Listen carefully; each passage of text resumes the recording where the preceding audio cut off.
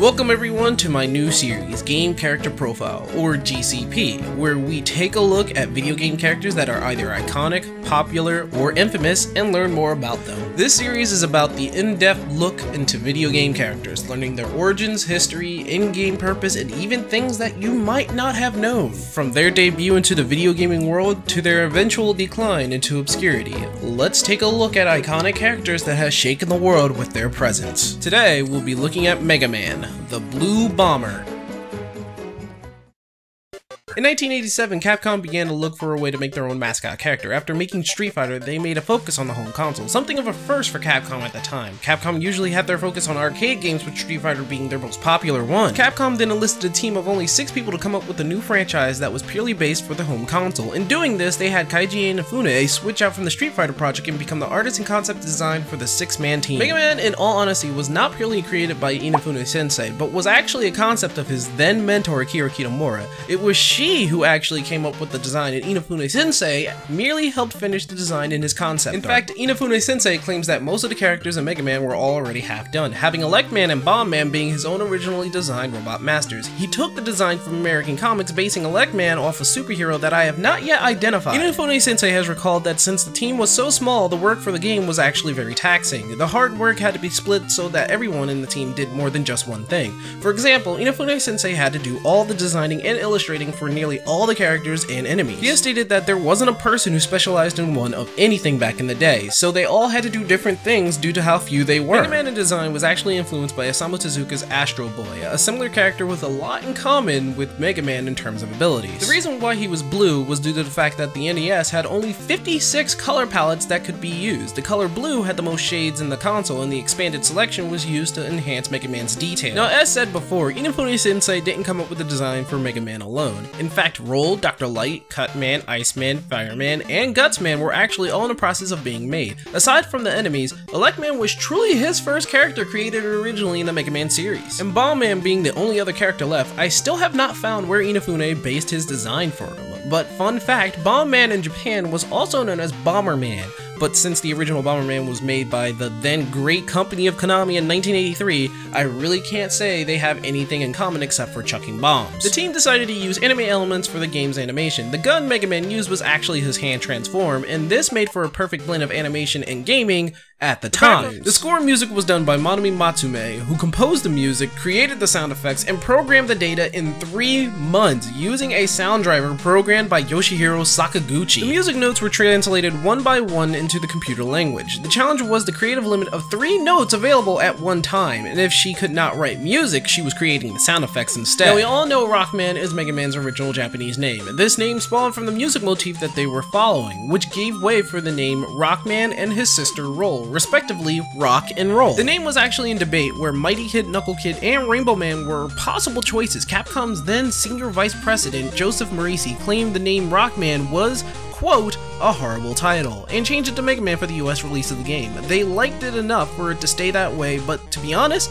I don't think anyone would have cared. Here's a fun little factoid. The name Blue Bomber was fan-made. How it circulated throughout the world is a bit of a mystery, but the name did originate somewhere in the US. Now, as we all know, Mega Man has a rock, paper, scissors kind of gameplay. No weapon beats all, and no weapon is useless. The gameplay was made to be simple enough for anyone to get into, and thus the reason why Mega Man was stuck to being able to shoot only in front of him. The ability to shoot anywhere would have made the game a bit too easy, so the mini weapons would take place for shooting in different directions. This was made to give challenge to players, like the placement of Mega Man from where he shoots to his mobility on the field. One of the mini weapons in Mega Man, the Magnet Beam, was actually a kind of handicap. Using it made a platform for Mega Man to walk on. However, if he fell from it, he would fall faster than normal. The Magnet Beam only made it in the first game officially, while other remakes of the first game also had the Magnet Beam, games like Wily Wars and Powered Up. Here's a fun little factoid. Mega Man was originally supposed to have a crouching ability. This was taken out due to the challenge factor in Mega Man's sprite for the players. It was hard to see if he was actually crouching, with the height of the projectiles being more difficult to see. This ability actually comes back in Smash Bros., where Mega Man is actually able to crouch, and the lower height of the projectiles come back in 9 and 10 with Proto Man, whose shot is actually lower than Mega Man's. As time goes on for Mega Man, he would obtain upgrades to his mobility, not only in his slide ability, but also in Rush, who appears in 3 and thereafter. Weapons would vary from game to game, and Robot Masters would differ as well, and as such, Capcom held contests to see which Robot Master design would go into the certain Mega Man games. Since Mega Man 2, they've held a contest to see if anyone's art and entry would go into a Mega Man game, 6 being the only one with non-Japanese winners. 9 and 10 were complete originals from the designers, so the contest had been stopped a while ago. Mega Man 6 was known to be the last NES game for the franchise. The reason for this was because it was intended to be Capcom's final game in the series. It's also to be known that Capcom didn't want this game to go beyond Japanese territory. The rights were retained by Nintendo, and even the Capcom logo is shown nowhere on the box in the American version, only mentioned in the copyright section in the bottom right hand corner on the back of the box. Here's a fun little factoid: this was the first Mega Man game that showed him speaking.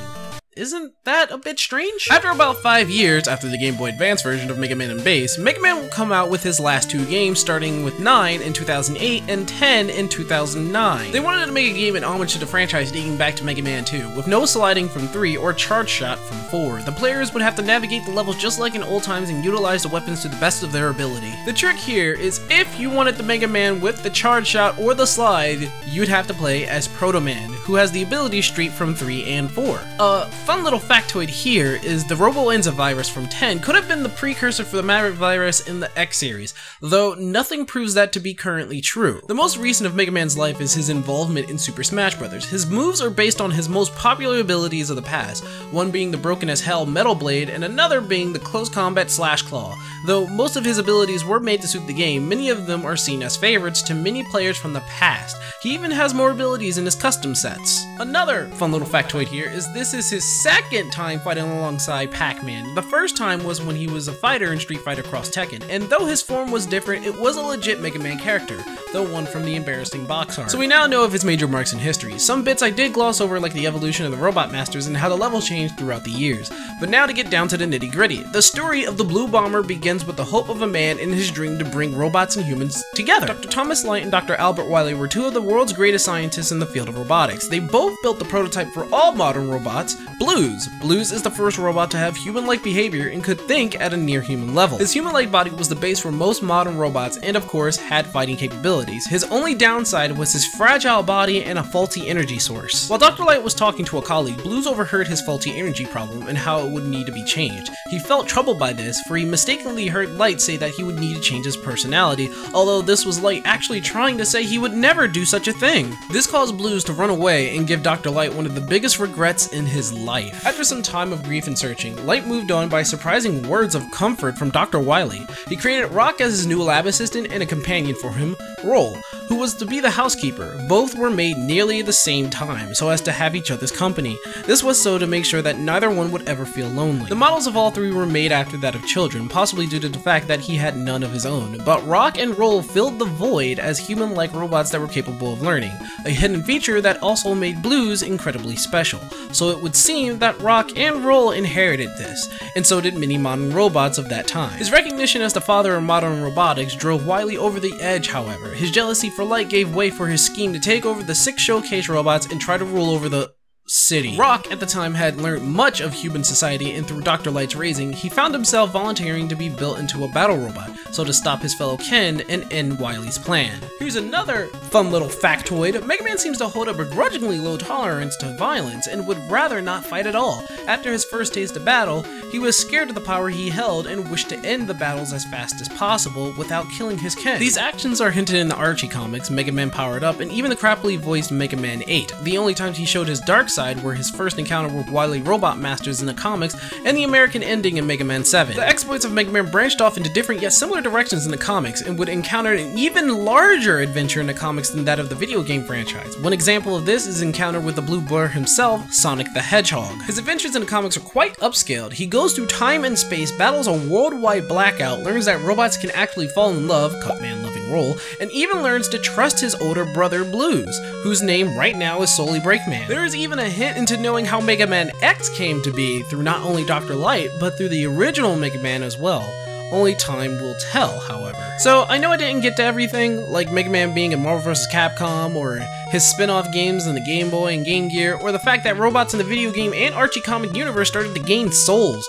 but it would seem I don't have enough time. If you'd like to know more on Mega Man, make sure to leave a comment and perhaps some tidbits you know yourself. Mega Man is not only iconic, but a big contender that made video games what they are today, so show some support for the Blue Bomber. However, if you'd like for me to talk about another game character, let me know in the comments below, and please, if you would, leave a like and share this with friends. And if you already haven't, subscribe to be updated on my work. I do a lot in the Final Fantasy franchise, especially 14, but you could say that this is a breakaway from that. I find learning about the characters in video games to be quite interesting, and if you share that interest, I would be happy to oblige on that responsibility. Just know that I'll be continuing to talk about Final Fantasy, by the way. So, thanks for watching, and I hope to see you next time. Take care.